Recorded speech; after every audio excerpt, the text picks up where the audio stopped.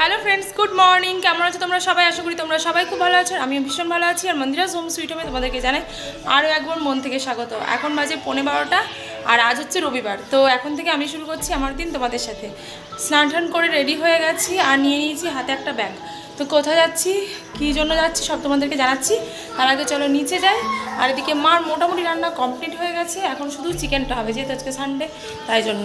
আর এইদিকে দুই ভাই মনের সুখে খেলা করছে, কেউ বলছে চাক্কি বল, কেউ বলছে ছাগল বল। এই হচ্ছে অবস্থা, মানে ভাই বোনেরা এক জায়গায় থাকলে যা হয় আর কি। তোমার চাবিটা মনে হয়, মা আমার চাবিটা মনে হয় নিচেই আছে না? মা চলে গেছে নিচে। নিচে কেন কি হচ্ছে চলো তোমাদেরকে দেখাই একটুখানি। এই যে আমার মেয়ের পার্মানেন্ট মেকআপ আর্টিস্ট, তাও কিন্তু বিনা পয়সায়। হ্যাঁ হ্যাঁ, মামা মুখ তোলা দেখি। আসছে দেখ আবার।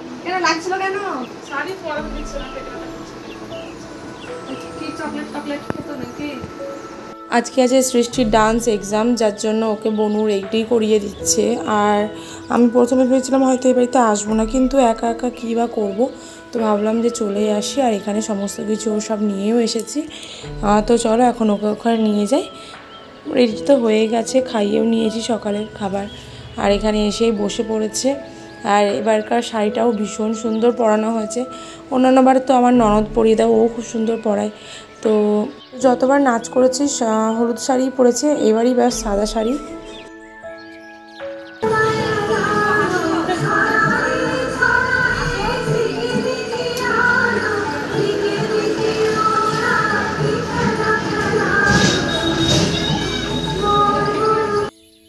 তো অনেকজনের মোটামুটি হওয়ার পর এবার সৃষ্টির টার্ন এসেছে।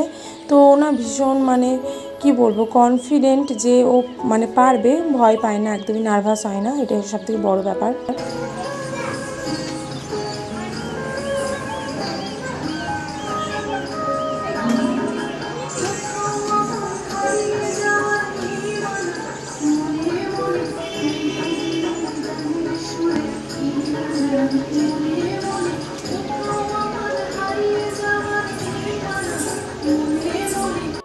হয়ে গেছে সৃষ্টির নাচ, পুরোটা তো দিতে পারলাম না, কপিরাইট চলে আসবে। ওইটার একটা আলাদা ভিডিও বানিয়ে দেব। তো এক্সামিনার বলছেন যে তুমি এত সুন্দর নাচ করেছো, তো তুমি তোমার টিচারের দিকে কেন তাকিয়েছিলে, তুমি তো আমার দিকেও তাকিয়ে করতে পারতে। সৃষ্টির হচ্ছে এই একটাই প্রবলেম, ও কিছুতেই সামনে যে বসে থাকবে তার দিকে তাকাবে না, নিচের দিকে তাকিয়ে ডান্স করবে। এবার তো তাও ভালো যে ম্যামের দিকে তাকিয়ে করেছে।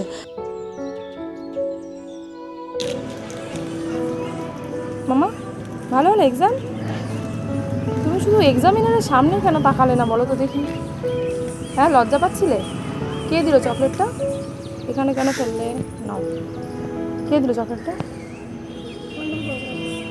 চলো চলো চলো চলো।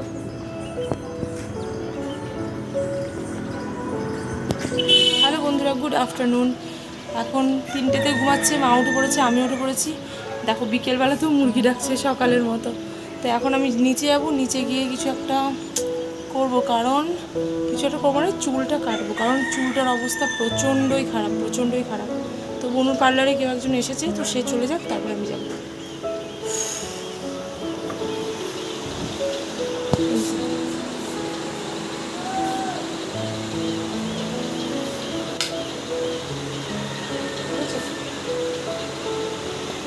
তিন ভাই বোনে ঘুমাচ্ছে। ঘুমাক, একটু পরে বাড়ি চলে যাব, কারণ কালকে সোমবার আটে থাকা যাবে না, সবার স্কুল আছে, বাড়ি যেতেই হবে। আর সবার স্কুলের থেকে বড় কথা আমার তো পড়ানোও আছে, তাই মা আর বনুকে নিয়ে বাড়ি চলে যাবো। এখানে না কলা গাছ পুরো আমাদের জানালা থেকে হাত পাওয়া যায়। এই বাড়িতে জানোই যেহেতু ওপরতলায় তো, আর চারিদিক খোলামেলা, তার জন্য পুরো ক্লিয়ার ভিডিও আসে। আমার ভালো লাগে ভীষণ, দেখবে ভিডিওতে নিজেকে পুরো ফ্রেশ না দেখালে না একদম ভালো লাগে না। যাই হোক, নিচে যাই, তারপরে দেখি বনু কী করছে। 2 বছর আগে আমার হেয়ার স্মুথনিং করিয়েছিলাম বনুর কাছে। তো যতই হোক ন্যাচারাল হেয়ার তো গ্রোথ হয়েছে, তাই জন্য ওপরের অংশটা পুরো একদম কোকড়া কোকড়া বলতে আমার চুল তো হালকা ওয়েভি, আর নিচেরটা হয়ে গেছে ছুঁচলো ঘোড়ার লেজের মতো। তাই মনটাকে স্থির করলাম, মাও বললো যে কাটিয়ে নে, কারণ ভালো লাগছে না একদম দেখতে। তাই বোন বলছে দিদি কাটিস না, কিন্তু আমি বললাম যে না তুই কেটেই দে, পুজো আস্তে আস্তে মোটামুটি একটু বড় হয়ে যাবে। তো চলো বন্ধুরা, রেডি হয়ে গেছি, বাড়ি গিয়ে আমার হেয়ার কাটটা তোমাদের সাথে শেয়ার করব, এখন আর করছি না।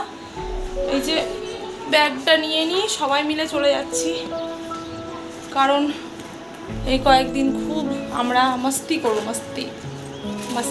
মস্তি ছেলেপুলে নিয়ে আবার ছেলেপুলে নিয়ে মস্তি হয় না বন্ধুরা। ছেলেপুলে নিয়ে শুধু চিৎকার চেঁচামেচি, এই কর ওই কর, এই করিস না ওই করিস না, এখানে যাস না ওখানে যাস না, আর আমরা মারা সব মস্তি ভুলে যাই।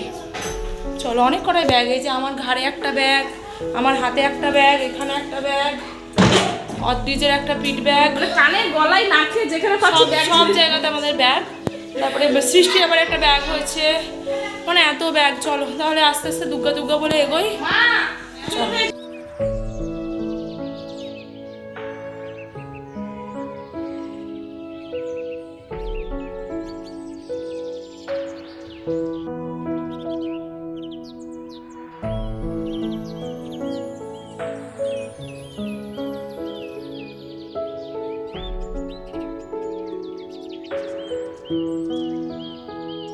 চলে এসেছি বাড়ি, আর রাত্রি বাজে 8:45।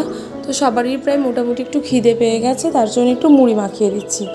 বাবানের তো তোমরা জানোই যে জ্বর হয়েছিল, তো জাস্ট আজকে সকাল থেকে আর জ্বরটা নেই, আরও কিছু খেতেও পারছে না।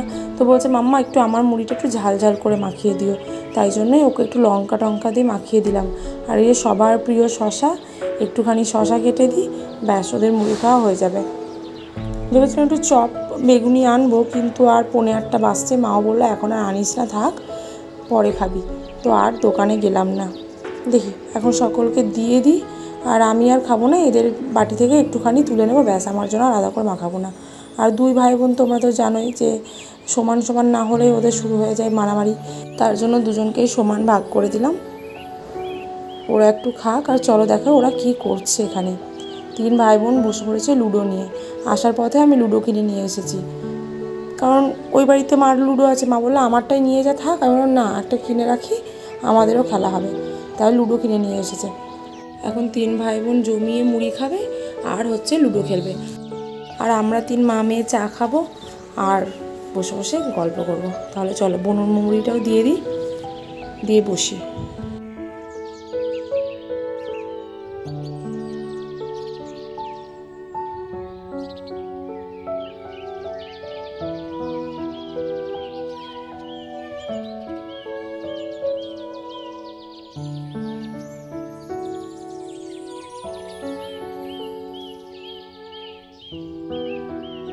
আর একটা মজা দেখো, মা বললো যে তোরা কি একটু চা খাবি, আর যেই আমাদের চা খাওয়া দেখেছে 3টে দেই চা খাবো। বাবানে তো যাই হোক মুখের কোনো স্বাদ সুদ নেই, তো ছোটোটা বলে কি ওদেরকে যতটা চা দেবে আমাকে ঠিক ততটাই চা দেবে। মানে ছোটোটা আমার এত হিসেবি, মানে 2 দাদাকে যা দিতে দেবে ওকেও তাই দিতে হবে, তো সমান ভাগ, মানে একটু এদিক ওদিক ছাড়বে না। জানি না এখন বড় হলে যে কী করবে সেই নিয়ে আমার বড় চিন্তা। তো মা চা নিয়ে চলে এসেছে, আর এদিকে এত ফ্যানের হাওয়া সবই উড়ে পালিয়ে যাচ্ছে। যাই হোক চলো তাহলে চাটা খেয়ে নিই, তারপর আবার রাতে কী করছি দেখা যাবে। এদিকে রাত্রেবেলাতে মা বললো কিচ্ছু করতে হবে না, শুধু একটু আলু সেদ্ধ ভাত কর। আলু সেদ্ধর জন্য এখানে জিরে আর কাঁচা লঙ্কা ভাজতে দিয়ে দিলাম।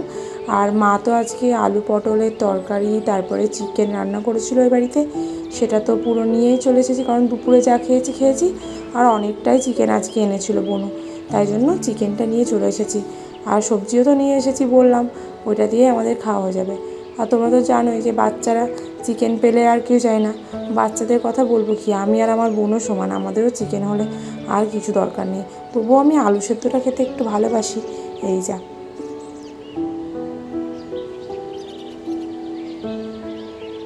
খাওয়া দাওয়া কমপ্লিট, আর এখানে মা শুয়ে পড়েছে শুধুমাত্র সৃষ্টি মানে রাগ ভাঙানোর জন্য, কারণ সৃষ্টি আর অদ্রিজে টানাটানি লেগে গেছে মাকে নিয়ে।